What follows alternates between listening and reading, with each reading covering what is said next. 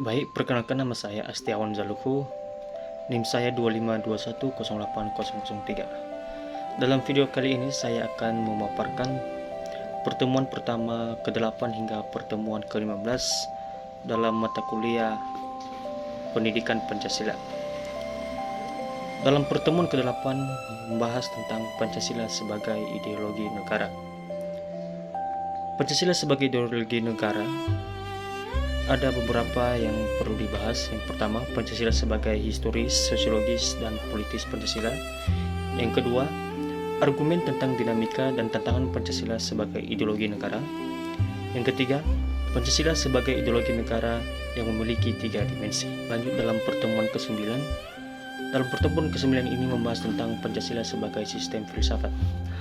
Dalam sistem filsafat, Pancasila memiliki nilai-nilai yang pertama, mendasar, menyeluruh, dan sistematis. Ada pula konsep Pancasila sebagai sistem filsafat, sistem yang merupakan atau yang saling melengkapi dan tidak bisa dipisahkan satu sama lain. Sedangkan filsafat itu memuat nilai kebenaran, keadilan yang menjadi pedoman bagi bangsa Indonesia. Pancasila sebagai sistem filsafat ada aspek ontologis, aspek epistemologis, dan aspek sosiologis. Fungsi Pancasila dalam kehidupan berbangsa merupakan panduan moral, alat pemersatu, dasar hukum dan kebijakan, identitas bangsa.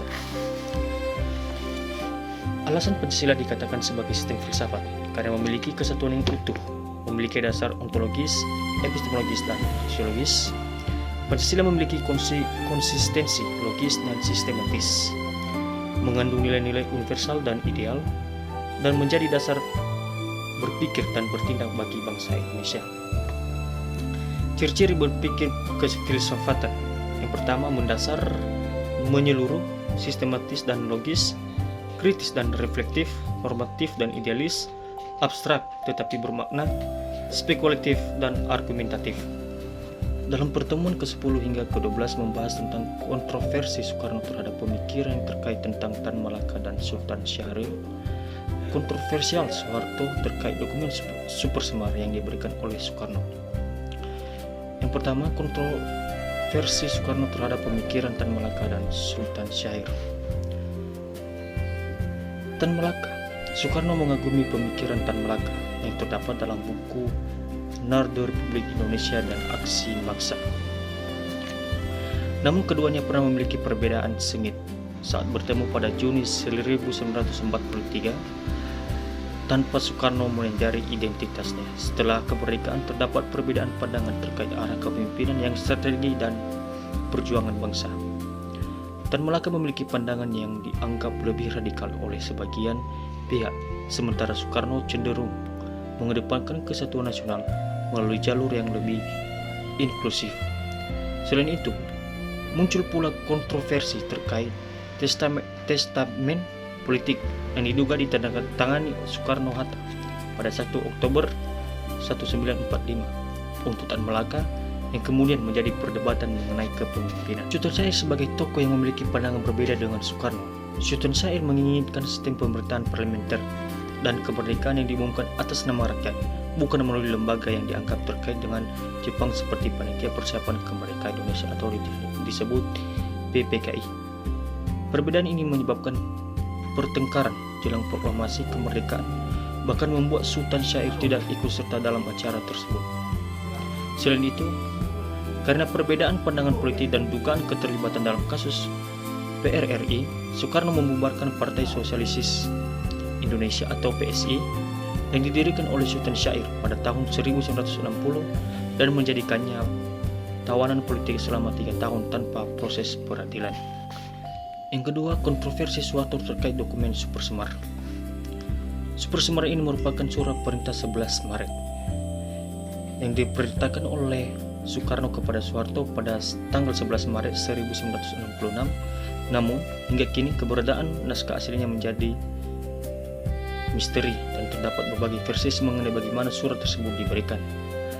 Ada yang mengatakan Soekarno ditodong pistol, sementara Soeharto menyatakan bahwa ia secara sukarela membuat surat tersebut untuk mengatasi situasi konflik saat itu. menyelamatkan wibawa lembaga kepresidenan atau Presidio Soekarno. Setelah Super Semar ditekan, Soeharto mengambil alih komando, membubarkan PKI, dan menangkap orang-orang yang dicurigai terlibat dalam gerakan 30 September. Peristiwa ini menjadi titik awal peralihan kekuasaan dari Soekarno ke Soeharto. Namun banyak yang menganggap bahwa proses tersebut diliputi dugaan pemalsuan sejarah dan pelanggaran hak asasi manusia akibat pembantaian terhadap kader dan simpatisan. Dan alasan Soeharto tidak layak jadi pahlawan karena pelanggaran hak asasi manusia. Selama 32 tahun berkuasa, Soeharto dikaitkan dengan berbagai kasus pelanggaran HAM yang berat seperti tragedi politik 1965 yang memakan jutaan korban, peristiwa Tanjung Priok 1984, Talang Sari 1989, dan penghilangnya paksa pada 1997 sampai 1998. Berbagai praktik ini tidak pernah dipertanggungjawabkannya secara politik maupun hukum, dan korban serta keluarga mereka belum mendapatkan keadilan. Pertemuan ke-13 membahas tentang Pancasila sebagai sistem etika. Pancasila adalah dasar negara dan ideologi bangsa Indonesia yang memuat nilai-nilai fundamental. Selain sebagai landasan konstitusi, Pancasila juga dapat dipahami sebagai sistem etika, yakni pedoman moral bagi setiap warga negara dalam kehidupan sehari-hari. Konsep Pancasila sebagai sistem etika. Sistem etika adalah kumpulan nilai, prinsip, dan moral norma yang menjadi pedoman perilaku manusia agar bertindak sesuai moral, adil, dan bertanggung jawab. Alasan Pancasila disebut sistem etika karena bersifat terpadu dan konsisten. Dalam sila Pancasila membentuk satu kesatuan etika yang saling mendukung, bukan berdiri sendiri. Kedua, mengandung prinsip moral universal. Nilai Pancasila bersifat universal, relevan untuk semua kalangan dan situasi sosial. Yang ketiga, dapat diterapkan dalam kehidupan sehari-hari setiap individu.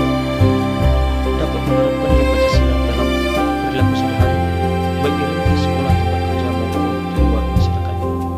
Keempat, menurut tindakan bertanggung jawab. Pancasila menekankan tanggung jawab sosial. Jadi setiap tindakan harus mempertimbangkan kepentingan orang lain. Kelima, menjadi sumber inspirasi karakter.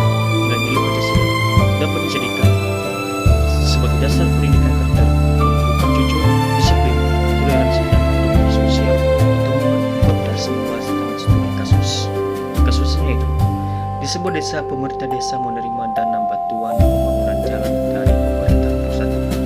Namun kepala desa memutuskan untuk menggunakan sebagian dana tersebut untuk membiayai kegiatan pribadinya, seperti renovasi rumah dan membeli kendaraan pribadi, tanpa memberitahukan warga desa.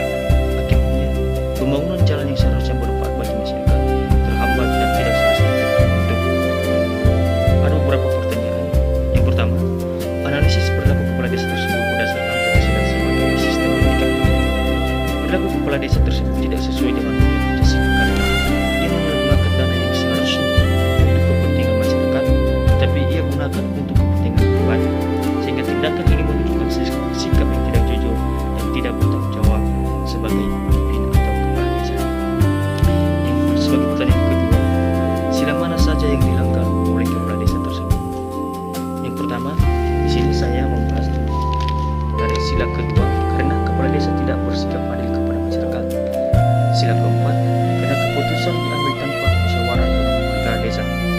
Sila kelima, karena dana pembangunan tidak digunakan untuk kesejahteraan bersama. Pertanyaan kedua, apa dampak dari tindakan kepala desa terhadap masyarakat dan pembangunan desa? Dampaknya itu, pembangunan jalan menjadi terhambat dan tidak selesai tepat waktu. Masyarakat menjadi dirugikan karena fasilitas umum tidak dapat digunakan dengan baik. Selain itu, kepercayaan masyarakat kepada pemerintah desa juga menurun. Pertanyaan terakhir, bagaimana seharusnya kepala desa bertindak agar sesuai dengan Pancasila? Menurut saya, seharusnya kepala desa menggunakan dana sesuai dengan tujuan pembangunan dan kepentingan masyarakat. Kepala desa juga seharusnya bersikap jujur, adil, dan terbuka kepada warganya sendiri. Setiap keputusan sebaiknya dibahas melalui musyawarah agar pembangunan desa berjalan dengan baik dan adil bagi semua. membahas tentang Pancasila sebagai sistem ilmu pendidikan. Pancasila sebagai sistem ilmu pendidikan yang merupakan dasar filosofis dan nilai normatif bagi penyelenggaraan pendidikan Indonesia.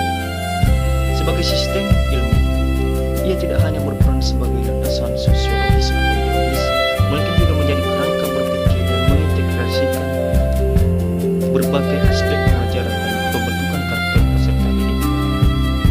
Komponen utama Pancasila sebagai sistem ilmu pendidikan: pertama, dasar filosofis, kerangka kurikulum, pembentukan karakter, dan pendidikan kewarganegaraan. Tujuan utama itu menumbuhkan kesadaran nasional dan rasa memiliki terhadap bangsa Indonesia. Yang kedua, mengembangkan pribadi yang bermoral dan berakhlak mulia sesuai dengan nilai agama dan kebangsaan. Yang terakhir, mendidik peserta didik untuk menjadi agen perubahan yang berkontribusi pada pembangunan negara dengan